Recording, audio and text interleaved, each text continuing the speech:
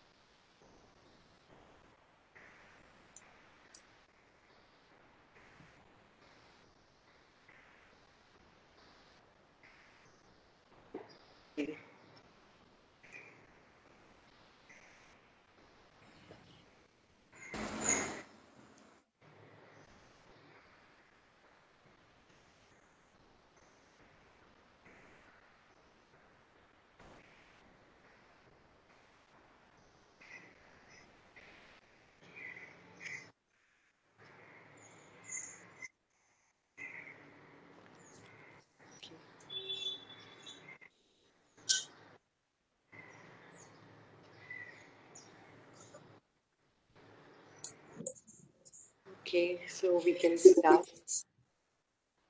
Namaste. Namaste. So, shall we start today's session?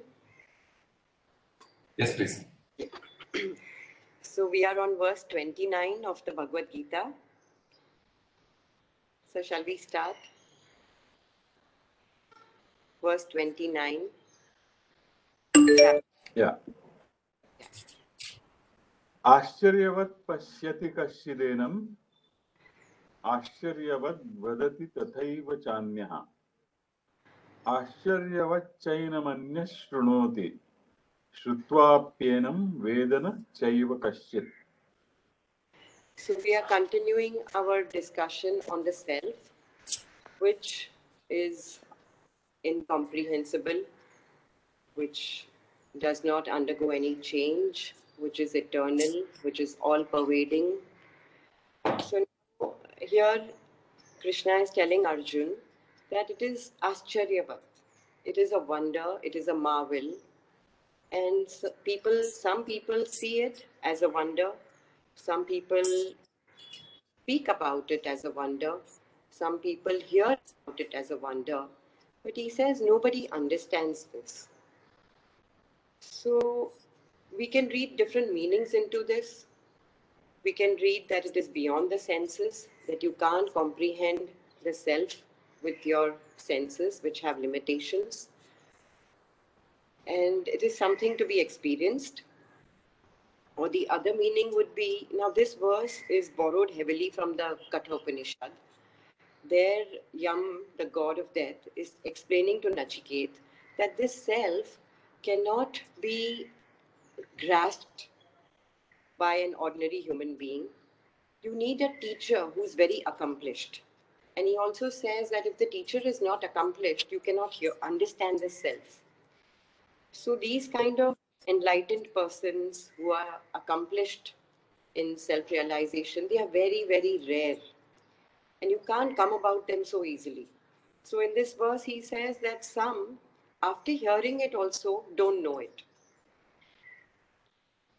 It's something very marvelous, which has to be experienced, which is beyond the senses. And an ordinary human being who's soaked in materialism, he cannot understand, comprehend this self. So, this is what I understand. Anybody has to share any other views?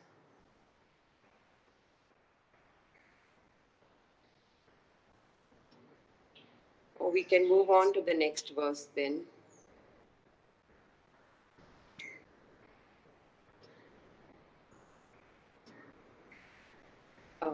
Sir, will you unmute yourself, sir? Sir, you need to be unmuted.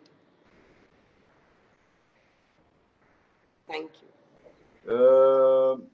But this particular line, first one, Yeah. Ashcharyavat pashyati Yeah. kaschidenam. That means Yeah. it is possible to see it. Is it possible to see this? See, yeah, this verse says that Pashyati, go back into the full Bhagavad Gita, and if you go ahead to chapter 11 of the Bhagavad Gita, so there Arjun is given the divine eyes. Krishna gives him the divine eyes, and Krishna tells him that I am going to show you my cosmic form, but you cannot see it with these eyes of yours. You need a divine vision. So if we read the whole Bhagavad Gita, it makes sense that you cannot see it until and unless you have a divine vision, which is also given to you by the grace of God. Now Krishna gives it to Arjuna. Krishna doesn't give it to everybody. So in that light, when we go back to the Upanishad also, it makes a lot of sense.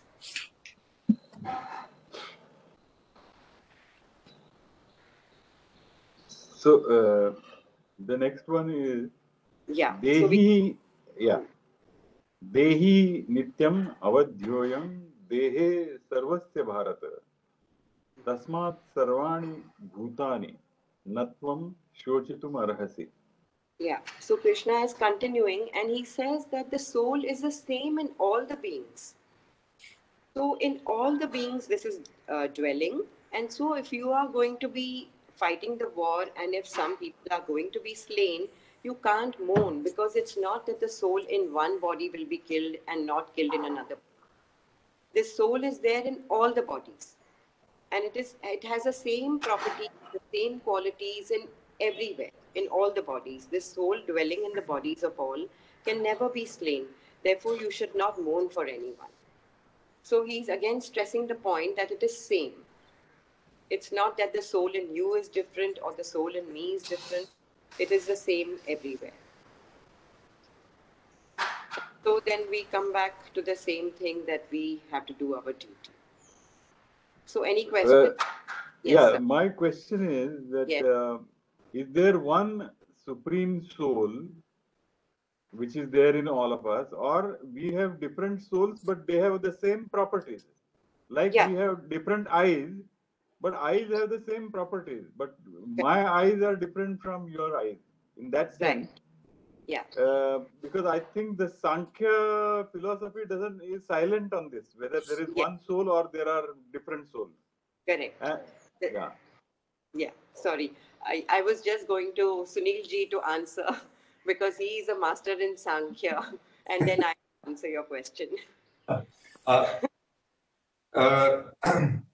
I think somewhere in Yoga Sutra, it is mentioned that, when talking of, I think chapter 1, Ishwar, when they're talking about, so they say that it's a spark. All those, different souls are sparks from the same divine divinity. So that's what Patanjali Yoga Sutra says. I can look it up in greater detail and share next. Okay. Actually, Sankhya, there is really no concept of, to the best of my knowledge, I am not at the moment able to say with authority this fact. But to the extent that I have studied, Sankhya view is that every so it's like, the trams that used to run, like in Calcutta, they were taking their, so to say, energy from the overhead wires. Right? Now, the trams could come and go and do whatever. They could break, they could continue. The wires would not be affected. Right? So, wires are as if this ever-present reality And we as individual beings are the, the Sthul Sharir, the Sukshma Sharir. We keep on taking different forms, right? But there is almost to say the individuality lies only in the Sharir, the Sthul and Sukshma Sharir. In soul, there is really, it is as if the same element, indivisible element, is the soul element. So it's difficult to say that the souls are individual, but the bodies in which it resides, those are said to be individual. Very true. So Sankhya also says that Purusha is something to be experienced. You cannot describe it into words. How can you say for certain that there is only one Purusha? So it doesn't lay a claim on the number of Purushas. It says there is Purusha, but we don't know how many Purushas are there. It says that we don't know. We cannot claim that there is one Purusha or two Purushas or infinite Purushas. But if we have to understand it from a layman perspective, then I think this example of space. So there is space in the bedroom, there is space in the living room, there is all of the kitchen, they are all spaces. But if you break all the walls, then all the spaces become one. So similarly, we have different bodies. But if you break the bodies, if the bodies go away, then the Purusha, which is a life, it merges with the cosmic life, the universal life. We at the individual level also have a life. But this life is a part of the cosmic life. So this is what I would be able to explain to the best of my knowledge. I think that's a beautiful simile. Because really, space, the division of space is as if artificial. Yes. Right? It's that we place something and we think that there is division. Yeah. As a matter of fact, even a wall is nothing but 99.999% space only. Yes. Yes. At the end of the day, the atoms constitute, basically space. So, yeah, I think that's a illustration very good. Yes. So I would also go back to the previous verse 29, where it says that nobody really understands it. So Vyas himself is saying that nobody really understands it. So these are some of the shlokas which we have to accept. Some of the shlokas we will have to discuss, and some of the shlokas we'll have to make them the philosophy of life. So when we used to do the Bhagavad Gita, Dr. Saab would, our teacher, would not dwell on certain shlokas. Certain shlokas were emphasized, and he said, remember, memorize, and make it a part of yourself. So these are the shlokas which we simply accept. Okay, this is it. Because as I grow in life, as I start practicing the part which has to be practiced, then all this will be understood by me. It will just come. So I think I also plead ignorance. No, see, my question actually comes from what Sunilji said right in the beginning, that we are trying to make this relevant in today's context and for today's audience. Right. Yeah. Yeah. So, as he rightly took the example of the tram, immediately what came to my mind was that we are like computers, and each computer has its own CPU or operating system, but all the operating systems share the same characteristic, but they are not the same operating system.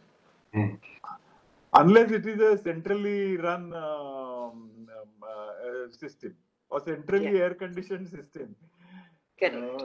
But the software inside has been designed by at one source, or it is being continuously designed, like in open source. A lot of people are contributing to it, but there is one body which can be called Linux, or one operating system which can be called Windows operating system, or iOS, or whatever. But computers are different, and the CPU is different, but it shares the same characteristics. Correct. So, right. And it shares the same characteristics because it has been made according to same design. Correct. Yeah. Yeah. Right. Okay. If we look at electricity and if we look at the various electric instruments, like we have fans, we have ACs, we have computers, we have the fridge, we have so many things which run on electricity.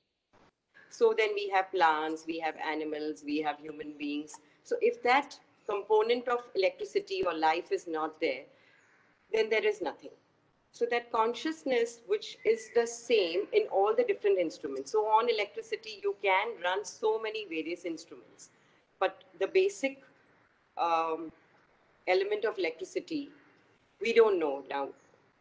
This is what we can comprehend with our mind. I comprehend it like that. You may comprehend it in a different way. So he says this is Ascharyavat. And you may see it, you may hear it, you may speak about it, but nobody really understands it. So in my own perspective, I would understand it as something which gives us life, and I would equate it to electricity in my limited knowledge and vision or experience. So I think before we end this shloka, Vinoba Bhave gives a very nice story. When he starts chapter 2, in chapter 2, he says that one day the gods, the demons, and the human beings went to Brahma. And they said, give us some mantra to live by, because we don't have much understanding. So Brahma said, okay, take this word, the. Okay. So they go and they just get one syllable, the. So they go and they think about it, and then they go back to him. And the gods tell him that we are given to a lot of pleasures. We stay in heaven and we have a lot of pleasures. So the advice for us is daman, control. We must control the sensual pleasures. And Brahma says, yes, perfect. Live by that. Then the demons go to Brahma and they said that we are very cruel people. So we think that the mantra means for us daya, compassion. So he says, perfect, live by this. Then the human beings go and they said, we are given to a lot of hoarding and possessiveness because we, hold on to things. So we think that it should be done. So he says, yes, perfect. So Vinoba says that this is how the Bhagavad Gita has to be read. None of the meanings are wrong. And each individual, when he understands it in that way, he lives his life by that kind of a philosophy, and it's right. So, Yeah, that's very good. So well, it's good to discuss, but beyond the Yeah. point, we have no answers. Right. And that's why it is Ascharyavat. That's why it's Ascharyavat. Yeah. And this Sorry. story, That's why. Yeah. this story that you just narrated, those three words have been put into one verse by the modern Shankaracharya. Yes. You know that Maitrim Bhajata. He has composed the modern Shankaracharya of the 20th century. And that was sung in the United Nations by M.S. Subbalakshmi.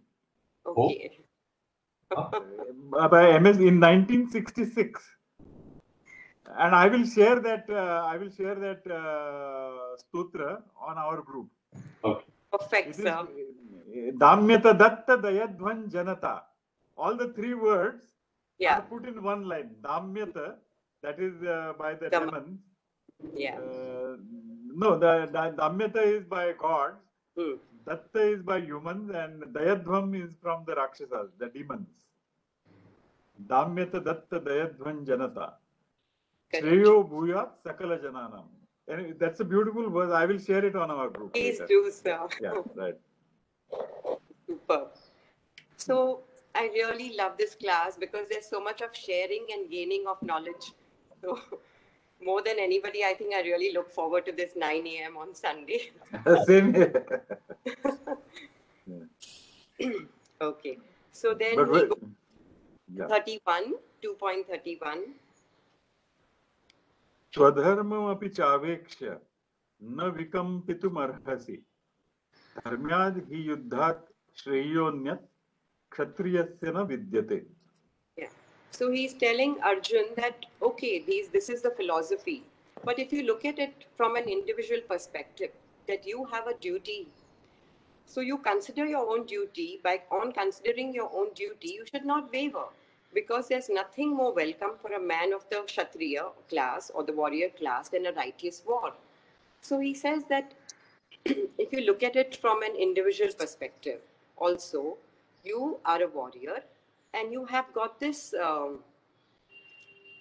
Yudh. It's a righteous war. You're not paid to fight in an unrighteous war. This is a righteous war which has come of its own accord to you. So there should be no reason for you to not fight the war. Something which has just fallen into your lap, which is right and which is befitting you, why do you want to escape that? So he says, if you look at it from that point of view also, you should fight the war. So now he's changing the track and he's coming to the, the individual perspective.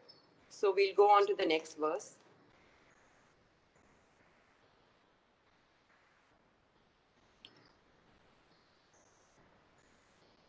Sir, 2.32. Sir आप mute हो गए sir. Sir आप mute. You're on mute. Yeah, I'm trying to unmute. Oh, okay. Yeah. Yadrichaya chopapannam swargadwaram apavritam sukhina kshatriya partha labhante yuddhamidrisham. Yeah. So he says this war is an open to heaven and it has come of its own. And why is it that you don't want to fight the war? So now Krishna has changed his strategy. He's trying to use different methods. Like we have the methods of Sam, Dam, Danda, Bhed. So he's trying to tell him, he's trying to reason out with him. He's also in the next verse, he's going to tell him if he doesn't fight the war, what is going to happen. So we'll just go through these few verses and then we'll discuss them. The next verse, sir. Atha Chetava. Atha chet tvamimam dharmyam sangraman karishyase tataswadharmam kirtincha hitva papam avapsyase. Yeah. So he's telling. So I'll just say a few lines on this and we'll go to the next verse. So he says that if you don't fight this righteous war, then you are actually doing adharma, because this is a dharmic war, righteous. So the opposite of it will be adharma. And if you don't fight this war, then you will incur sin. There will be papa. So the next one. Akirtin chapi bhutani kathayishyanti te vyayam sambhavitasya chakirtir maranad atirichyate. Yeah, so he says that people will talk badly about you. And for a person who has been honored so far, what can be more disastrous? Like what can be more worse than dishonor? Dishonor is even worse than death. So he's trying to use different methods and he's trying to convince Arjun that, look, this is your duty. It's your righteous duty. It has come of its own accord. It's an open door to heaven. And if you don't do this dharma, then you will incur sin. And also now he's, going towards his eye sense. The eye sense, when you tell somebody that people will insult you, and that insult is going to be worse than death. Nobody likes to be criticized. Nobody likes to be put down. So Arjun is going and, hurting him where it hurts most, the eye sense. Mm-hmm. So maybe we could take these 3-4 shlokas and understand and discuss. So what would we say when we were discussing this shloka with Dr. Saab? He said, khidmat to khuda ko bhi pasand hai. So even Khuda likes to be praised. Now what about us mortal beings? So he's actually attacking the eye sense. So he's trying to tell Arjun that you will be criticized, you will be looked down upon, people will dishonor you, and what can be worse than that? So, yeah. So, would anybody like to share their views on this? So, one, either it struck me now or whichever way. The key thing about Swadharma is that you don't have to go out and look for it. Correct. It's always there, the situation that you are in. Right. Right. So, why contrast this with a lot of conversations that we have, where there's no sense of meaning in life, there is purposelessness, etc. Actually, all that is betraying some kind of, I don't know what to call it, because it's just not possible. Life. You look in the situation, you will find what is expected of you. If anything, there will be actually multiple things that vie for your attention, and you may have actually to choose between them. It's almost impossible that if you really sincerely look, that you don't find what is expected, of you. So that in some ways, I think it's very significant. In that we are वो स्वावलंबी है हम लोग स्वधर्म के मामले में हमें कहीं ढूंढने की जरूरत नहीं है. Yeah. In Gujarati, they have a word, Sagvadiyo Dharam, a matter of convenience. The dharma which is convenient, we do it. If it's inconvenient, we simply shirk it. Okay, so maybe we can go. That was a nice thing to say, ma'am. Thank you. We are always looking at we are opportunist, Whenever we get something very easy, we stick to that and we try to convince others कि ऐसे ही करो, ऐसे ही चलता है. It was well said. Thank you. Sagvadiyo Dharam. Yes. Okay. So we will go. Yeah. Yeah. भयाद् रणाद् उपरतं मंस्यन्ते त्वां महारथाः येषां च त्वं बहुमतो भूत्वा यास्यसि लाघवम्. Yeah. So now Krishna is telling him that people will say that you ran away from war because of fear. And those who thought highly of you, they will, take you very lightly. Laghavam. He says they will take you very lightly. So for a warrior, you ran away from the battlefield. This kind of a sentence is really full of shame, that you ran away from battle. So Krishna is again trying to hit him and trying to tell him that this is not what is to be done. अवाच्यवादांश्च बहून् वदिष्यन्ति तवाहिताः निन्दन्तस्तव सामर्थ्यं ततो दुःखतरं नु किम्. Yeah. So they will speak improper words about you. They will criticize you. Your enemies will have a great time because you will run away from war and you will give them an opportunity to speak. They will run down your capabilities, your samarthyam. And what can be more painful for a person, for a highly capable person, what can be more painful than that when people say, speak improper words about you? So, same thing, Krishna is, trying to approach him from a different perspective, point of view of the body. हतो वा प्राप्स्यसि स्वर्गं जित्वा वा भोक्ष्यसे महीम् तस्मादुत्तिष्ठ कौन्तेय युद्धाय कृतनिश्चयः. So now again Krishna is using those techniques of Sam, Dam, Danda, Bheda, and he's giving him Dam. If you do this, you'll get this. That if you die, you will get heaven. And if you don't die, and then you will get heaven and you will also get sovereignty over the earth. Therefore, stand up and fight. Like you give an incentive to a child, if you do this, you will get this. You will not only get heaven, you will get the lordship over the earth, the entire earth. So stand up and fight. And he tells him that be determined to fight. Make a firm resolve. So we can go on. सुखदुःखे समे कृत्वा लाभालाभौ जयाजयौ ततो युद्धाय युज्यस्व नैवं पापम् अवाप्स्यसे. Yeah. So now he's telling him, stand up, Arjun, treat victory and defeat alike, treat gain and loss alike, treat pleasure and pain alike, and get ready for the battle. And thus, if you fight, you will not incur sin. There will be no sin on you. So far, he's saying all this, and then now he goes on to a different line of thought. So we have heard all this. I think we can go to the next verse. Yeah. एषा ते भिहिता सांख्ये बुद्धिर्योगे त्विमां शृणु बुद्ध्या युक्तो यया पार्थं कर्मबन्धं प्रहास्यति.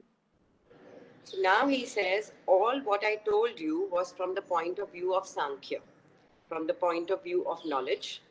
And now you hear the same thing from the point of view of yoga. You hear the wisdom of yoga. Till now you heard the wisdom of Sankhya. And having this knowledge or having this attitude of mind, you will be able to throw off the bonds of karma. You will be free from the bonds of karma. So all this time, Krishna has given him a perspective of Sankhya about Purush, Prakriti, about the soul, which is eternal, about this body, which is perishable. And now he says, all this philosophy I've given you, all these principles he has shared with Arjun, but now he's telling him the practical part of it. He's given him the science, and now he's telling him the art of putting it into practice, which is yoga. So it is not just philosophy. It is also, the Bhagavad Gita is not just philosophy. It is also Sankhya. It is also yoga. And what Vinoba writes is that what is yoga? Yoga is nothing but putting these principles into practice. 2 or 3 times in chapter 2, he writes, translating these principles into practice. That is yoga. What you have heard is the principles, that the soul is imperishable, the body is perishable. But what is it that I have to do in life? I have to do my dharma. I have to put these principles into practice. And how do I put them in practice? Is by doing my duty.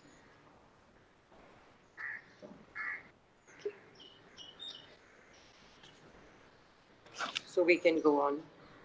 नेहाभिक्रमनाशोऽस्ति प्रत्यवायो न विद्यते स्वल्पमप्यस्य धर्मस्य त्रायते महतो भयात्. This second line is a very popular quote. Swalpamapyasya dharmasya trayate mahato bhayat. Even a little of this practice, Right.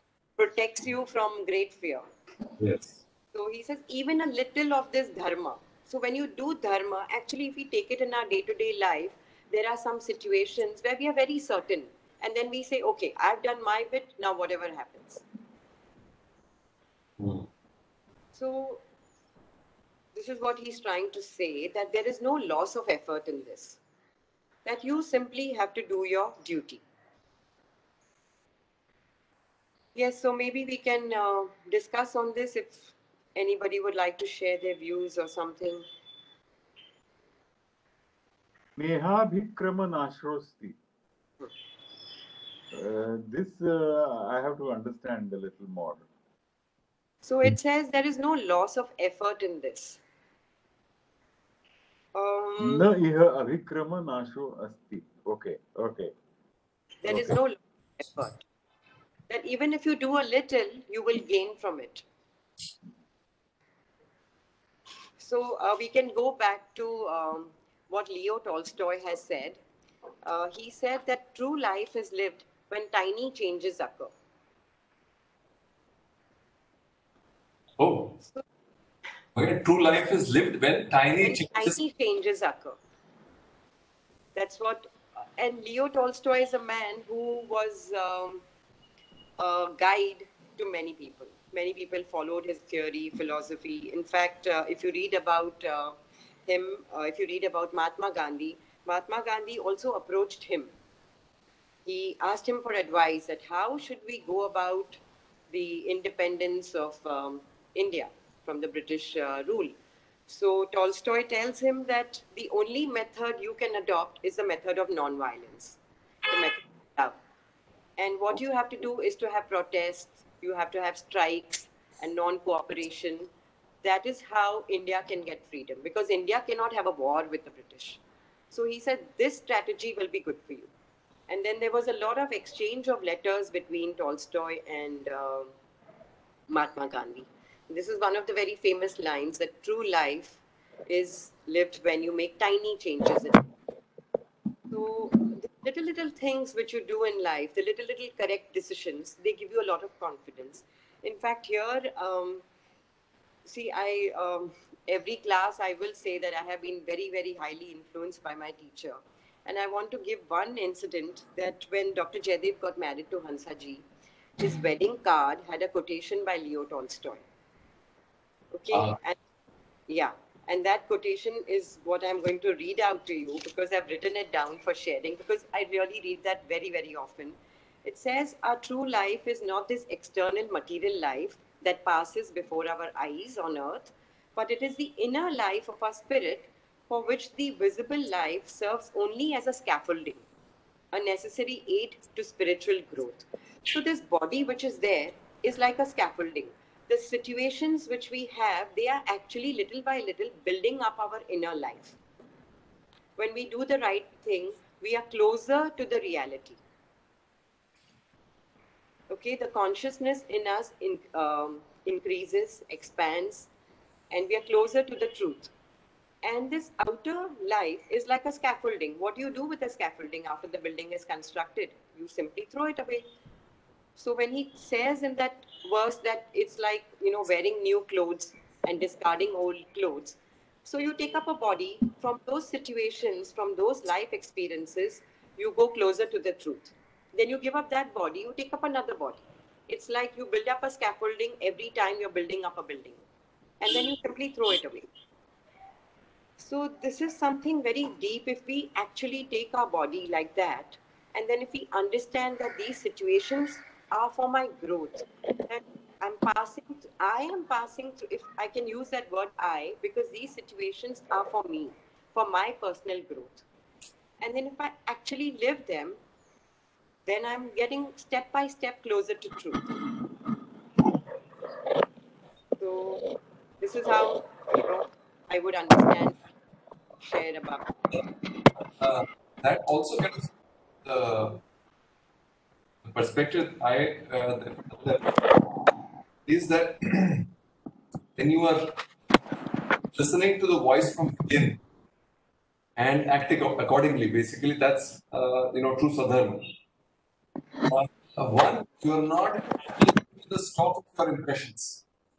You're not giving right any you know any extraneous. When we say extraneous, I internal to the personality, but extraneous to the soul. If you may just kind of call it that way, right? So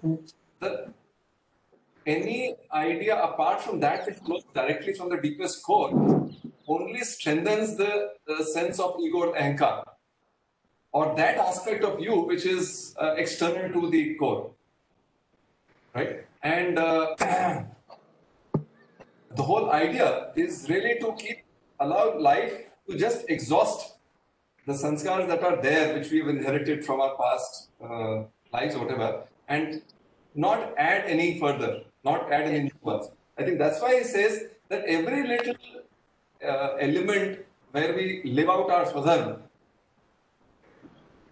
there's no risk, there's no chance of adding any, so to say, new impression. You're only, to that extent, you're only exhausting your current impressions. So there is no risk in it at all. I think that's the way I look at this. Yes. Sir, anybody would like to share? Mahendra ji?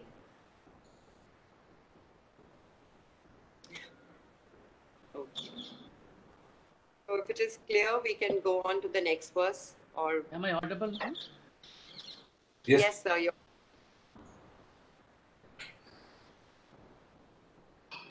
Audible? Yes. Yes, you're audible, sir. May I sum up with the small verse, a shloka by Vyasa. He says, ऊर्ध्व बाहो वेश्य न च कश्चित् शृणोति मे धर्मात् अर्थ च कामञ्च तत् किं धर्म न सेवते. ऊर्ध्व बाहो, with my both arms raised up. Virovmishya, I am crying at the top of my voice. Urdhva baho Virovmishya, na cha kaschit shanoti me. Despite that, nobody is listening to me. What? Dharma, by performing your duties alone, by performing your duties alone, dharmat artha cha kamancha. You are bound to get artha, you are bound to get the kam. Tat kim dharma na sevate. Then why don't you perform the duties? I think that's what the summary of what is this chapter says about. So that is Close here. very true. So what you shared is a summary of the whole Mahabharat. And at the institute, we have this famous shloka put outside the museum. It says, I'm screaming at the top of my voice with both my arms raised. Why are you not carrying out your natural duties, your swadharma? And by doing that, you shall get everything. Wealth, health, pleasures, liberation. And then he says, but alas, no one is listening to me. True. It's a whole summary of the Mahabharata. At the end of Mahabharata, he gives this verse. So, yeah, true. So this if anybody had asked Dr. Saab, sorry. Since the duty concept has been described here, particularly in this chapter. Yeah. I thought it was necessary to recall the verse here itself. Yes. Yes, sir. That's true. So if Dr. Saab was ever asked to give a message, his only line was, do your duty. That's all. Do your duty. And the whole purpose of writing the whole story of Mahabharata is do your duty. And actually, if you read the Mahabharata, there are so many stories given at various places about the dharma. The intricacies of dharma is very well brought out in many, many stories. I think we have time. We have half an hour more. So this is my oft-quoted and favorite story from the Mahabharata, which Yudhishthir hears when he's in the forest, when they are in exile for 13 years. And one of the sages, I'm not sure who gives this story, narrates this story to Yudhishthir, and he tells him that there is a sage, or no, sorry, not a sage, an ascetic, a Brahmin sannyasi, a sannyasi. Now, we'll not call him a sage, but he's a Brahmin, and he's a sannyasi. He's left his house and he's entered the forest to study the Vedas or to study the scriptures. Now, this story is also going to be applicable for the next few verses, which we are going to hear. And it says that one day when he was sitting under a tree and, reciting the Vedas or studying them, he was covered with bird droppings. So he looked up, and on the tree there was a crane, a female crane, who had let loose over him. Now, naturally, his body had gone filthy. And so, but the moment he looks up at the crane falls down unconscious and it dies. Now, this sannyasi, of course, is full of remorse, but now he can't do anything. And so then the next step is, then the story goes that he's hungry in the afternoon, so he goes to beg for food. And he goes to one house, and a lady opens the door, and she tells him, wait till I get the food. So when he's waiting, the lady's husband enters the house. So the lady stops the work of giving food to the sannyasi, and she starts attending to her husband. She gives him food, she gives him water, because she understands that it's very hot and he's come from outside and he needs attention. And then after a lot of time, she goes out to attend to the sannyasi. Now this sannyasi is very angry. And he says that, how can you disregard a Brahmin? Do you know the consequences of that? So she says, I am not the bird whom you burnt in, whom you dropped dead in the forest. So this sannyasi is shocked. He says, how do you know? So she says, I have been just doing my duty. I have not read the scriptures. I have not studied the Vedas, but I have been doing my duties and I have acquired these siddhis. These are natural and I can read your mind. And she says, you have not accomplished your knowledge, you are not yet accomplished and you need to study more. And I suggest that you go to the city of Mithila and there is a butcher over there who will instruct you further. Now, this is a second shock. First of all, this lady knows about his mind. And second, she guides him to a butcher. So he says, how do I go to a butcher? But he says, okay, she seems to be a very wise lady and a knowing lady, so I must go there. So he actually goes to Mithila and he finds the butcher and then he has a lot of interaction with the butcher and it's called the Vyad Gita. And the butcher actually instructs him in all this knowledge of Purush, Prakriti. He breaks down Prakriti, he tells him what is the duty, and it's an entire learning. And at the end, very interestingly, the butcher tells him that, oh sannyasi, I'm sorry to say that, but you have given up your duties. Your parents are old and they're almost blind with grief, and you have left your parents and you're in the forest studying. So my advice to you would be to go back to your parents and do your duty. So Vyas gives at various points these stories and says that how important it is to just do your duties. So if we read now, if we go on to, of course, after 41, when we go on to 42, all this is given. So maybe we could continue. So.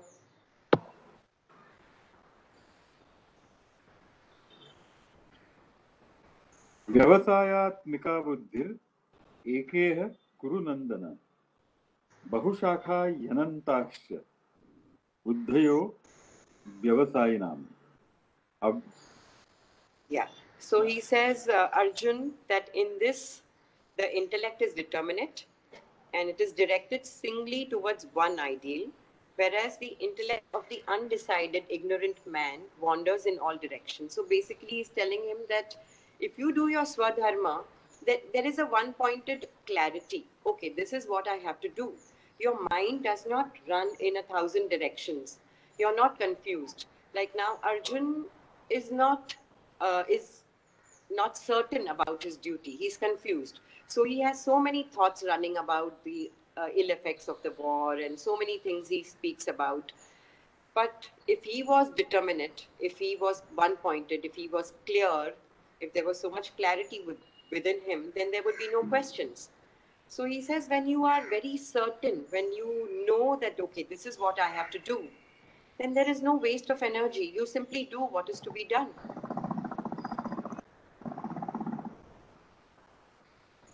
Well, see, a very minor aspect, but I think it may have some bearing, is that in different verses, Krishna is addressing him with different epithets.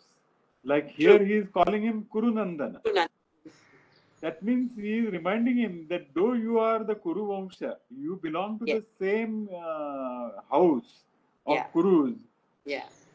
You have to focus your mind on your duty. So, Kuru Nandana is a very significant way of addressing Arjuna in this particular verse. Right. So, so we can safely say that the Bhagavad Gita is not only philosophy, it's also psychology. It tells you about how the mind can be influenced. So he's using a very potent word, Kuru Nandan. True, very true. In different places, he's addressing him as Maharath, as Dhananjay. Partha. So, Partha, yeah. So true, very true. Yes, so now the next three verses are together, but we can break it, save, or however we like it. So we can go verse by verse. Okay. Yamimam pushpitam vacham pravadanti avipashchitaha vedavadarata partha nanyat astiti vadinaha. Yeah. So he's telling him that Arjun, flowery speech is uttered by the unwise, taking pleasure or applauding the words of the Vedas, saying that there is nothing else. So now Vyas is going to the Veda part, though he says that in the Vedas there are a lot of rituals, and people at this time of this time period when this Mahabharata was written, there was a phase in society where they were taking refuge in the teachings of the Vedas, in the ritualistic portion of the Vedas, which was promising heaven, pleasures. So he says only the unwise people talk about it. They just say, they talk that this should be done, nothing else is there besides this. But the wise man, he's very focused. He knows that this is what I have to do. My duty is separate, is different from another person's duty. I have to be focused on my duty, and by doing my duty, I will get whatever is the highest. So, next verse, sir. Kamatmana Swargapara Janma Karma Phalapradam Priya Vishesha Bahulam Bhogaishwarya Gatim Prati. So he says they are full of desires, they have heaven as their goal, and they utter flowery words. And what do the flowery words do? That you will get new birth, that you will enjoy for so long, then again you will be born and you will be enjoying more. And there are various actions which are prescribed in the Vedas to that effect for the attainment of pleasure, bhoga and aishwarya, for pleasure and power. So he says, don't get into all this. This is not what is to be done. What is to be done is your duty. However difficult it is, the final pleasure will be from the duty. In the Upanishads, those two words are used, Shreya and Preya. Shreyas and Preyas. So he says, go into your duty. The duty will lead you to the highest good. It may not be good now, it may not give you pleasure, but in the final thing, it will give you a lot of pleasure. So go above this temporary pleasure of heaven and of being on the earth in different forms. Next verse. Bhogaishwarya Prasaktanam Tayaparita Chetasam Vyavasayatmika Buddhis Samadhauda Vidhiyate. Yeah, so the one whose mind is one-pointed, he attains samadhi. It also means that when you are into this bhog and aishwarya, your chaitanya, chetasam, cheta, that reduces. When you indulge too much in bhog and aishwarya, your cheta, the chaitanya tattva, that gets more and more clouded. Your ability to see clearly reduces. So he's telling Arjun that don't indulge in all this. Such a mind is not fit for samadhi. You cannot progress in samadhi.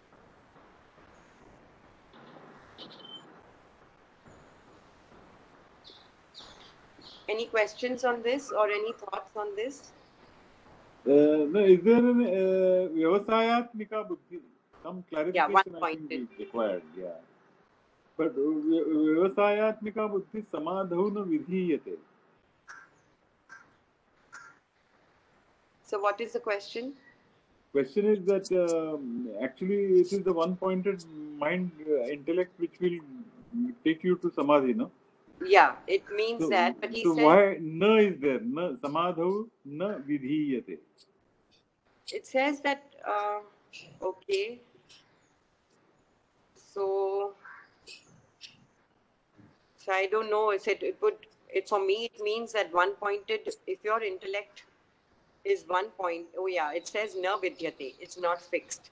Or it would mean that the person who's indulging too much in bhoga and aishwarya, His mind is on bhoga, okay. Not fixed. And so for that, his mind is not one-pointed, and for that reason he cannot attain samadhi. Yeah, that is what it would mean. Okay. Then it makes sense that, so basically we can go back to the definition of yoga as concentration also. Once you concentrate on something, then the knowledge of that thing is unfolded. Without concentration, you cannot gain any kind of knowledge. And when you indulge in bhoga and aishwarya and pleasure and powers, then you're distracted because they are temporary. There is one pleasure, the pleasure fades away, then another pleasure comes. But if you are one pointed, you concentrate on what is to be done, then knowledge on its own gets unfolded. And that leads you to the highest. So, yeah, and anybody would like to throw more light on this? Sir, anything else? It's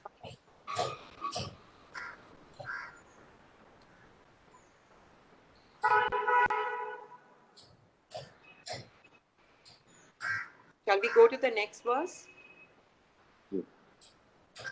Traigunya Vishaya Veda Nistraigunya Bhavarjuna Nirdvandvo Nitya Sattvasto Niryoga Kshema Atmavan. So he's telling him, Arjun, that the Vedas deal with the evolutes of the three gunas, the modes of Prakriti, and worldly enjoyments, and the means of attaining such enjoyments. Be thou indifferent to these enjoyments and their means, rising above pairs of opposites like pleasure and pain, established in the eternal existence, absolutely unconcerned about the fulfillments of wants and preservation of what has been already attained. You be self-controlled. He says that this Prakriti is made up of three gunas, and the three gunas are always changing: the sattva, the rajas, and the tamas. They are going to take you to different states, and they are going to make you want things, enjoy things. So he's telling him that you be above all these opposites, and you be established in sattva. Sattvastatho. Like you be established in sattva and be beyond this acquisition and preservation and be established in yourself. Now, this is a literal translation, but we can discuss this. So he says that the mind who is under the influence of the gunas is always changing. The gunas are always changing, and so the mind is always wandering. The mind is in rajas, wanting to acquire things. The mind is in tamas, does not want to do things. It's like in a normal day-to-day life, I would say that, why should I do this? What am I getting out of this? And then if I know that I'm getting out something out of it, I do that thing. So it's rajas when I do something because I want the fruit of it. And it's tamas when I feel I'm not going to get anything out of it. Why should I do the action? I sit back. But sattva does the thing, but does not have any wish for the fruits. This is how we could look at this verse. And he's telling Arjun that be beyond the three gunas.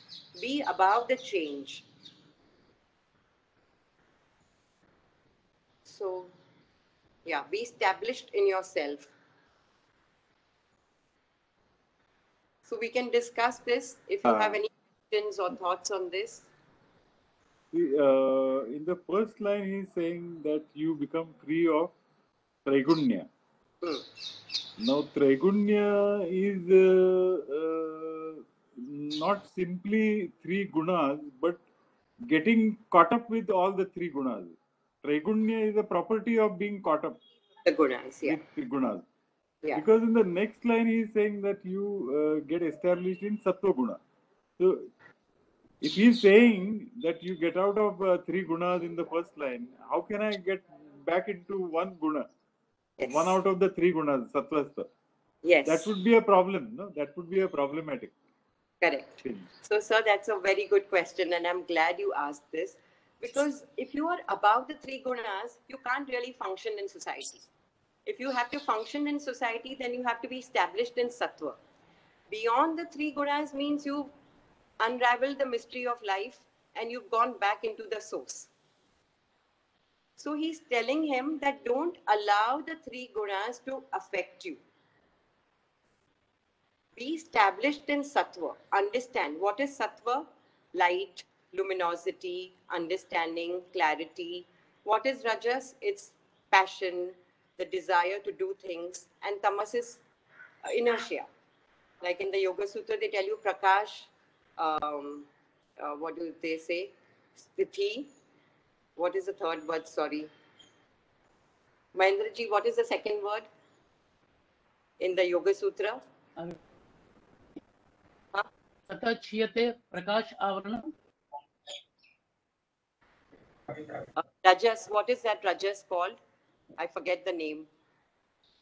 Sattva is called Prakash and Sthiti is inertia. I forget the name for Rajas. Kriya, sorry, Kriya. Prakash, Kriya and Sthiti. Yeah, To describe activity. it properly.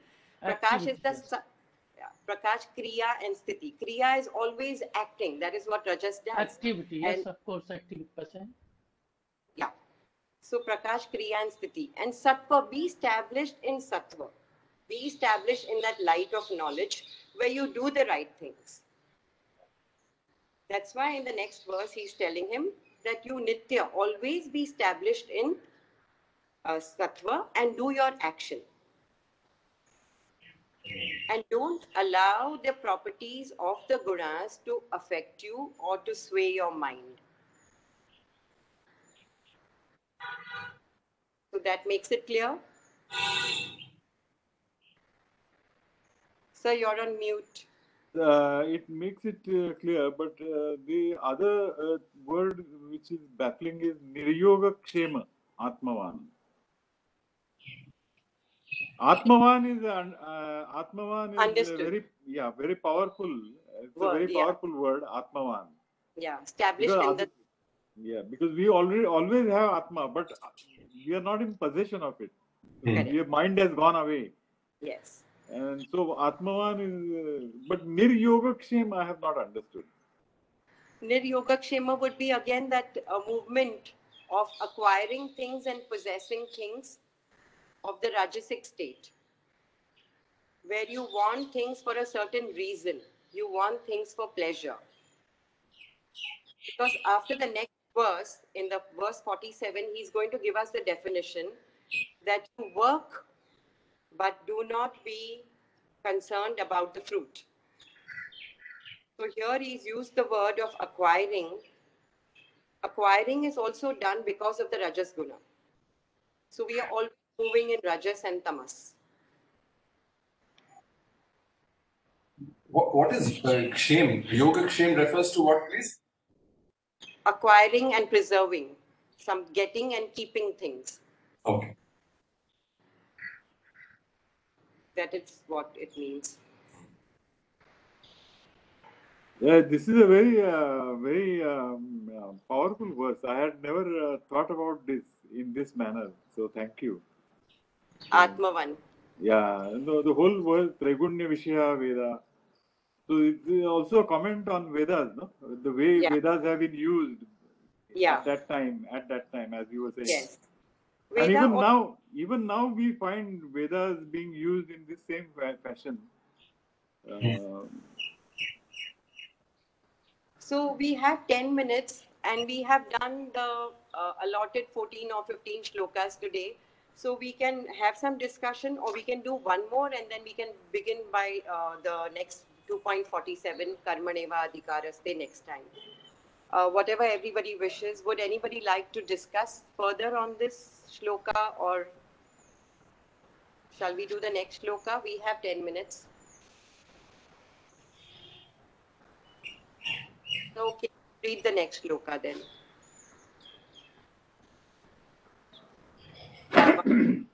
Utpane. Yavanarth Udapane Sarvata Samplutodake Tavan Sarveshu Vedeshu Brahmanasya Vijanataha. So he says that to a Brahman who is full of knowledge, who knows everything, for him, what use are of the Veda? What use are the Vedas of? They are just as much use as a reservoir of water, which has no use in a place which is flooded everywhere. Where there is a flood, of what use is a reservoir? Or where there is light, where there is sunshine, what use is a candle? So when accomplished person, when he has gained enlightenment, when he knows everything, then the Vedas are of no use to him. for him, he's very, very clear what is to be done, what is not to be done, and he does not take refuge in anything which is away from his duty or away from what he should be doing. So he's all-knowing, he's understood the mysteries of life, and he doesn't need to know anything. So this is a simile which he's giving over here. Yes, so I think with this we will not go on to the next famous or the crux of the Bhagavad Gita shloka, Karmaneva Adhikaraste. So we will keep that for next time. Sabir Bhai would like to share something, or Jay Kumar ji.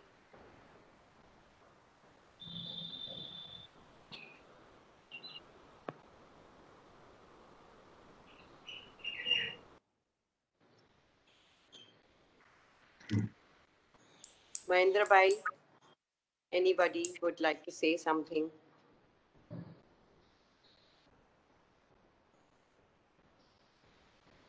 Okay, so no comments. Yeah, I have that clarification just to kind of restate. Triguna, Traigunya, Vishaya. that was really so. That is so significant, because it's a fact that so long as we're in this life, we are in the gunas. I mean, like it or not, we are here. Right. So yes, the whole idea is to act in the gunas without being attached or affected by them. So this is not to disregard the gunas. See, so you carry yourself, carry the coal, the outer. You have to carry them together, and that really what makes a life complete. See, I'm told that in Zen there is a series of eight ox pictures, which kind of tries to illustrate the process of gaining enlightenment. So the first one, there's this person who is looking around and looking for this. I mean, or this ox is there. It belongs to him, and it just seems lost. Right? The ox has been lost, and he's a little bewildered. Then in the second picture, he senses that some footprints of the ox seem to be there. They seem to have been spotted. So there is some little hint of some clue. Then in the third picture, it looks at that you can see the back of the ox is visible. Right? It's okay. It seems like it's visible. Then in the fourth picture, it shows that the tail is seen. The tail of the ox. So that's now the ox is there. So the tail functions only a matter of getting through it. Then in the fifth one, this man has finally been able to catch hold of the ox. And in the sixth one, he is riding the ox and coming back. Then in the seventh one, the ox is in the stable and the person is in his kind of whatever chamber. And the eighth picture is completely blank. Right? Like signifies that ox is doing its thing. My thing, the two have been clearly differentiated and understood. And so therefore, that's it. That's the kind of goal. Finished. But there was a very wise Zen master who added two more pictures to these. In the ninth one, the man is back and he's in the market. And in the 10th picture, he's carrying a bottle of wine. Right? So, and that's so significant, because then it says that it's not that just having known this is good. Like Lord Buddha gained enlightenment. That's nice. 8th picture. But that's not sufficient. You have to come back to the gunas and share what you know. And, kind of help or assist others in moving forward journeys. So, the significance of gunas continues even beyond the basic purpose having been achieved. you still need the gunas to really be able to transmit that light so that all others around can also move in that path. Right? So that's why I think this makes it even more significant. The fact that it's not without the gunas, it's non-entanglement with the gunas, which sir pointed out. That is really the key. That I think was very the highlights today. Yeah. So in chapter 14, we will Krishna will introduce this word called Gunatita, the one who's above the gunas. So for the time being, we have to get closer to that. For the time being, we have to get established in sattva. And then, of course, you have to transcend the gunas, which is the purpose. Yes. Yes. Yeah. Sorry, Sunilji. Yeah. Very nice. Very nice story. Are those pictures available on the internet? I've not looked for those, sir. I will look for those. I think they should be. Okay. They should be. And yeah, Ashaji, Dr. Jaidev's quotation of his wedding card. Tolstoy's quotation. If you could kindly share that on the group, WhatsApp group, that also will be good. I have a picture of his wedding card. Okay. I will send a picture and I will type it out also. Okay, thank you. Thank you very much. Okay, so I think we can end today's session. It's 10:11. I have 4 minutes. I'm not willing to go further because I want to discuss that shloka in detail with everybody. 47. Since we have time and since nobody else is willing, before I kind of have something to share, would others like to say something?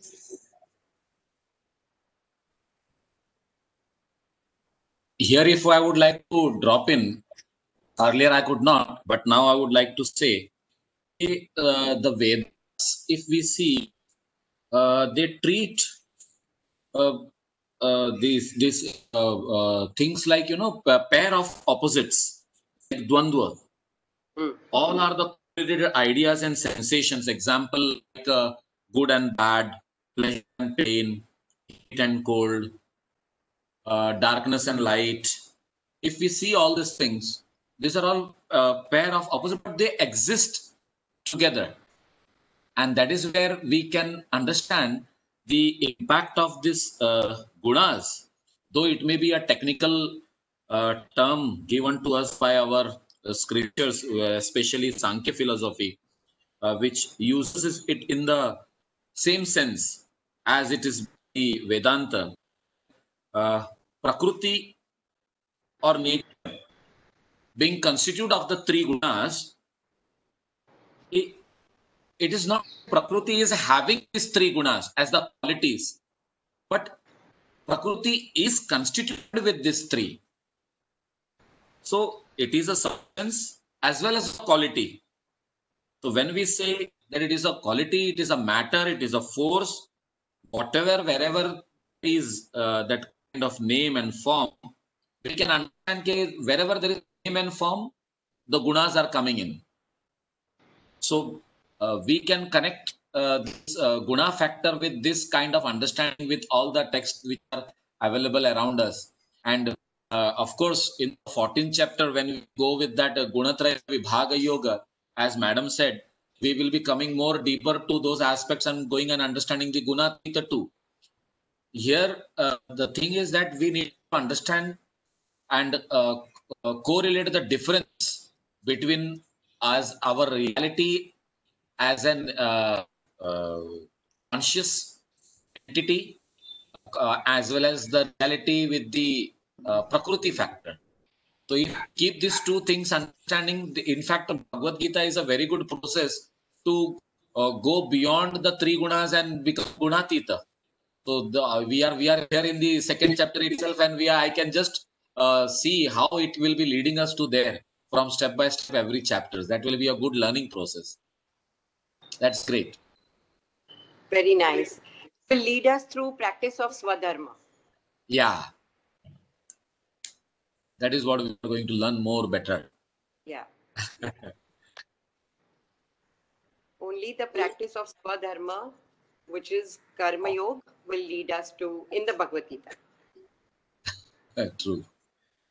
Very true. It is a nice learning process. Somewhere in between, you called my name. I was not there. I had gone to relieve myself, and I could hear the voice there. Then I came back running, and Sunil Bhai was talking.